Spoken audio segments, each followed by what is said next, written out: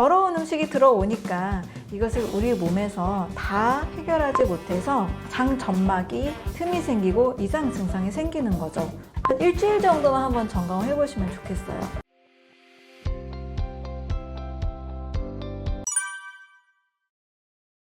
네, 바로 장이 스스로 생각한다는 것이 뇌처럼 독자적으로 사고하고 독자적으로 움직이고 자기가 해내야 하는 일들을 해내고 있다는 뜻입니다.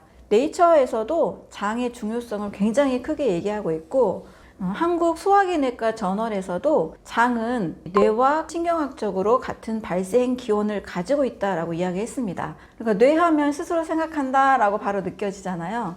네, 장도 역시 신경세포가 있어서 소화하고 흡수하고 또 내보내야 되고 또 장내미생물이 여러 면역 기능을 담당하고 장내미생물이 소화 흡수에 관련된 여러 일들을 하는 이 모든 과정들이 장이 바로 스스로 하고 있다는 거예요. 심지어 뇌가 작동을 하지 않는 순간에도 장은 독자적으로 움직입니다.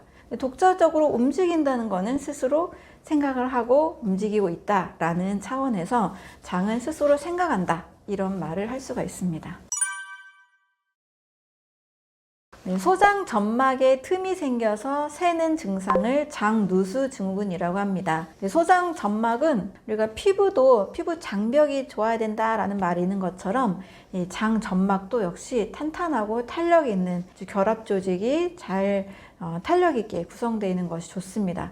그런데 잘못된 음식 섭취의 결과로 인해서 장 점막 세포들의 틈이 생기게 됩니다. 이 틈이 생기게 되면 소장 안에는 굉장히 다양한 성분들이 들어있잖아요. 음식의 모든 성분들, 첨가물, 글루텐, 염증을 일으킬 수 있는 다양한 세균, 바이러스도 같이 있기 때문에 이것이 흘러나가는 순간 그 안에서 또 다른 염증을 만들게 됩니다. 그래서 장누수 증후군이 생기게 되면 염증이 잘 생기는 몸이 될 수가 있고 또 그런 성분들이 여러 온몸에 전달이 되고 뇌까지도 전달이 되면서 기분이 나쁘고 우울해지고 불안감이나 집중력이 적어진다거나 하는 심리적인 그런 증상까지도 같이 나타날 수가 있게 됩니다. 특히 장누수 증후군 상태에서는 같은 비슷한 상태로 디스바이오시스라는 장내 미생물의 불균형 상태로까지 같이 이어지게 됩니다. 장 안에서도 나쁜 물질들이 같이 있기 때문에 그걸로 인해서 장내 미생물도 유해균이 늘어나게 됩니다. 그러면 장내 미생물의 불균형인 디스바이오시스가 같이 생기게 되는 거죠. 뭔가 균형이 깨져 있다는 것은 항상 우리 몸에서 문제를 일으키게 됩니다. 그러면 왜 장누수 증후군이 이렇게 많이 생겼을까를 한번 생각해 보면 좋겠죠.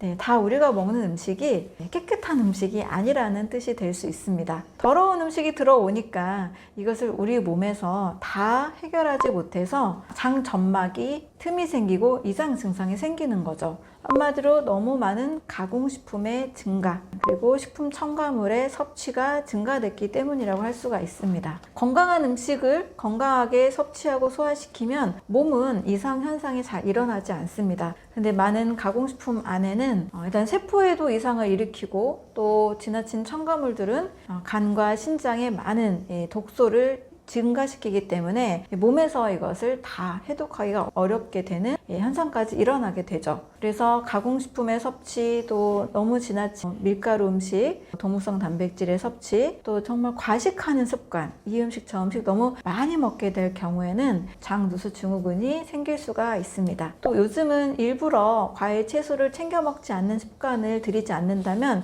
식이섬유가 절대적으로 또 부족하게 됩니다. 식이섬유는 장내 미생물의 먹이가 되는 수준을 넘어서서 우리 몸에서 음식물이 잘 소화되고 장에서 잘 지나가게 만드는 여러 다양한 요인도 있고 콜레스테롤과 당의 수치를 떨어뜨리는 다양한 효과들도 있고 독소를 흡착시키는 효과들도 있기 때문에 식이섬유 섭취 부족이 굉장한 장 건강에 해로움을 가져온다고 보고 있습니다. 장누수 증후군인지 확인을 하려면 내가 이런 증상들이 나타나면 장누수가 일어나고 있지 않을까 한번 생각해 보시는 것이 필요합니다. 먼저 복통이 배가 자주 아프고 위경련이나 복부 팽만, 피로, 또 감정적으로 굉장히 불안이나 짜증이나 또 우울감, 또 집중력이 잘 생기지 않는 현상들, 이런 것들도 같이 볼 수가 있습니다. 또 여드름이 또 심하게 난다거나 입냄새나 또 구내염이 자주 생기는 것, 감기가 너무 자주 걸린다거나 천식, 알레르기,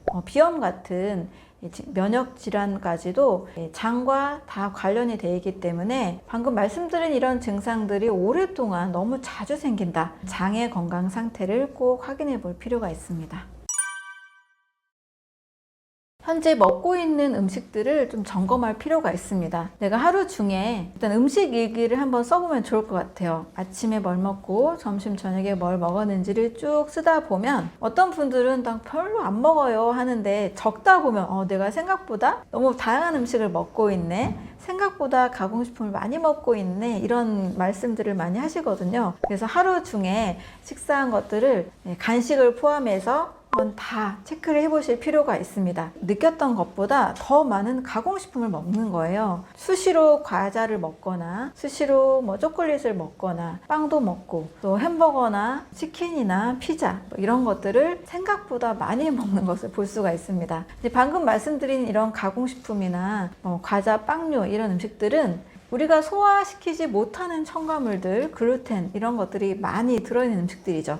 치킨 같은 튀긴 음식도 갓짠 좋은 기름에 튀겼다고 보기가 어렵잖아요. 여러 번 튀김에 사용한 식용유가 될 가능성이 높은데요. 근데 그런 기름들은 몸에서 또 굉장한 과산화 지질이 돼서 여러 부분에서 해독해야 되는 그런 독소로 작용을 하는 거죠. 그래서 이런 내가 먹는 가공식품의 양, 또 패스트푸드, 또 산화된 기름으로 만들어진 음식들, 튀긴 음식들 얼마나 좀 많이 먹고 있는지를 한 일주일 정도만 한번 점검을 해보시면 좋겠어요. 그 다음에는 가공식품을 이길 수 있는 음식으로 바꾸는 겁니다. 우리 한식이 사실은 굉장히 좋은데 양념이 좀 적은 한식들을 더 추천을 드립니다. 항상 맵고 짜고 자극적인 그런 한식보다 약간 사찰 음식처럼 좀 슴슴하게 만든 자연의 식재료의 맛이 살아있는 최대한 그런 한식들을 선택하시는 것이 더 좋고요.